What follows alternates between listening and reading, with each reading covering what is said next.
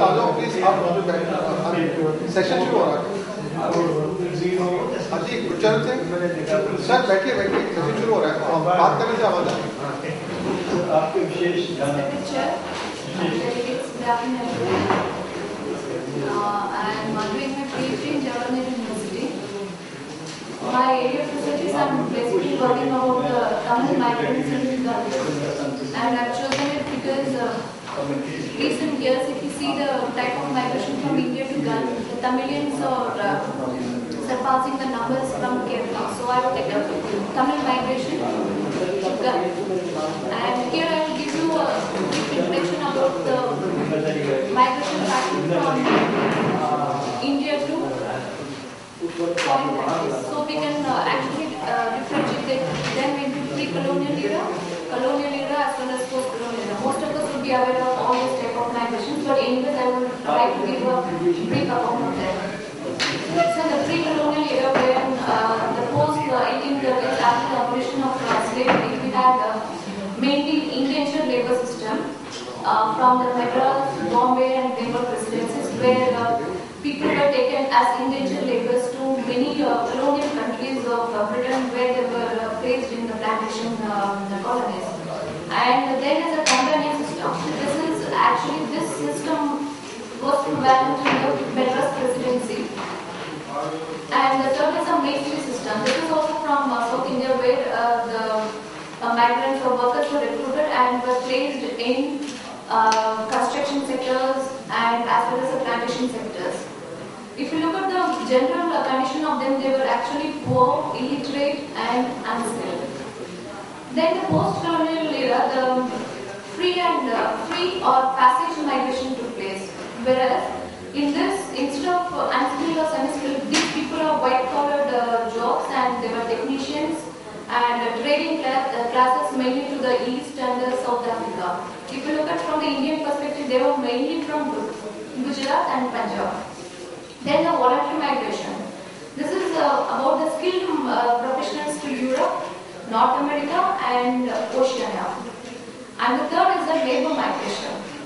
This is where I am going to concentrate now, and this happened after the oil boom, that is 1970s. This migration is mainly towards the West Asian countries, mainly the Gulf countries where oil is prevalent in excess quantity. This last two type of patterns, that is the voluntary migration and the labor migration, is still continues to exist, whereas the other forms are no more there. And the labor migrants, they do not enjoy the right to settle permanently in the Gulf countries. If you look at the major issue of this labor migration, we can why they migrate. There are push factors as well as the pull factors. In respect to the Gulf countries, why the people migrate from India, or if we look at the overall perspective, it's mainly from the South Indian states, though some are migrating from Gujarat, UP, Rajasthan, Punjab and Chandigarh, but the main migration to the Gulf countries are from the four South Indian states of Kerala, Tamil Nadu, Karnataka, Andhra Pradesh. So if we look at the push factors, which is pushing them to migrate to those countries where mainly the unemployment and poverty, also competition in the local market, and mostly they are semi-skilled or unskilled and they can't compete in the local market for any job. Also, the industrialization and urbanization, which made these unskilled laborers to find a home job in local country. And if you look at the pull factors, which is pulling them for migration in Gulf, is mainly the oil boom, which has happened in the 1970s, after which those Gulf countries, they started to develop their infrastructure, for which they needed huge labor force, because the workforce or workmen from their country, their rates are very less. Since availability of local labor force is very low, they wanted laborers from other countries and their higher income. That is the main factor why the people from many countries, they migrate towards the Gulf. What they get or what they earn in the local market is very low compared to the salary that they would be getting in Gulf countries.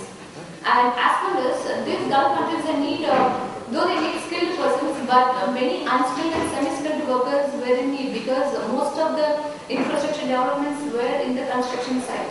So in the construction site, as masons or as plumbers, those things, they need semi-skilled and unskilled laborers. So these are the two scenarios that I want to highlight, the push factors and the pull factors that makes Indians to move to Gulf. So if we look at the characteristics of the Gulf migrants, the general characteristics, what is happening in the Gulf? They are temporary workers and mainly they are contract laborers.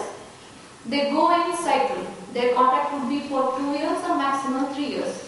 After the contract period, they can't stay there. They have to come back, renew the contract, and then go back. So this is cyclical manner, and they don't enjoy the right to stay permanently in the Gulf.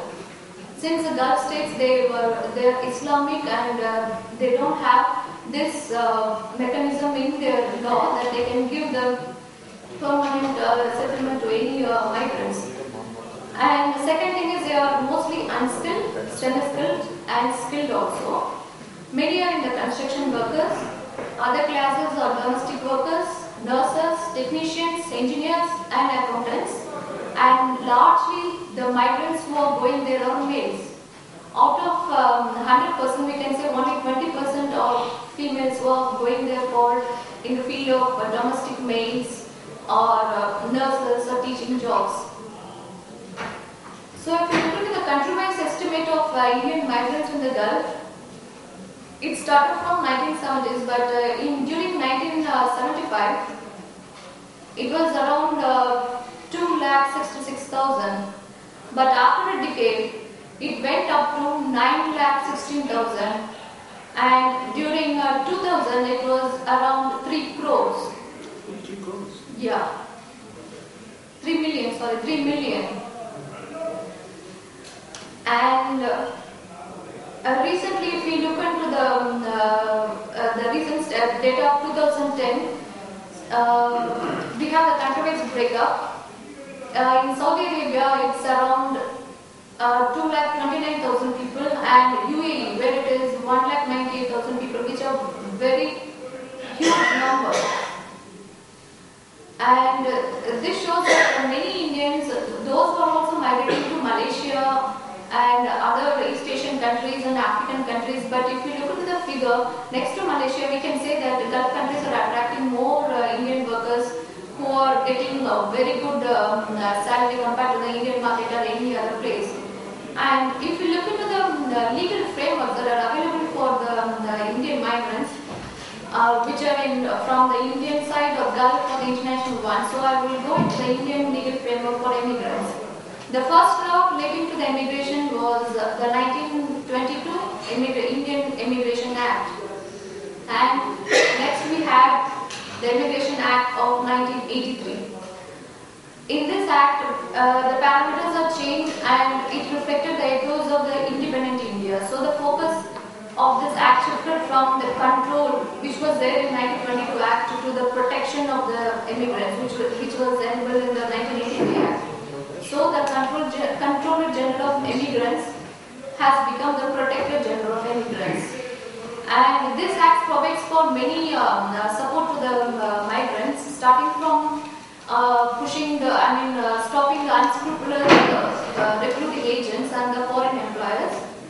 They made that the recruiting agents should be mandatorily registered with the Ministry of Overseas Indian Affairs. And also they have prescribed the fees that how much should be collected from each labor. For unskilled it's 2,000 and semi-skilled 3,000 and skilled 5,000. But I've been in the field, I've been interviewing many people, and not even a single case that I found that they have given, the unskilled worker has given only 2,000 to the recruiting agent. It has never come below 40,000. Minimum, they had paid 40,000 for one unskilled laborer to go to emigrate to Gulf. So these are the main things that the recruiting agents are playing with the local laborers who are mostly uneducated.